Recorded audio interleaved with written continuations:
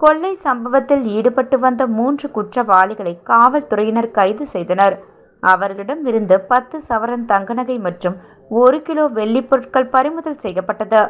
ராணிப்பேட்டை மாவட்டம் வாலாஜா காவல்துறையினர் விசி மோட்டார் பகுதி அருகே வாகன தணிக்கையில் ஈடுபட்டிருந்த போது அவ்வழியாக சந்தேகிக்கும் விதமாக வந்த நபரை மடக்கி நிறுத்தி விசாரித்த போது முன்னுக்கு பின்னாக பதிலளித்ததன் காரணமாக அந்த நபரை காவல் நிலையம் அழைத்து சென்று தீவிரமாக விசாரணை செய்தபோது ராணிப்பேட்டை பகுதியைச் சேர்ந்த குமார் என்பதும், மேலும் இவர் தனது நண்பர்களான ஏழுமலை மற்றும் சக்திவேல் ஆகியோருடன் இணைந்து ஒழுக்கூர் அம்மனத்தாங்கால் ஆகிய பகுதிகளில் வீட்டின் பூட்டை உடைத்து கொள்ளையடிக்கும் சம்பவத்தில் ஈடுபட்டு வந்தது தெரியவந்தது.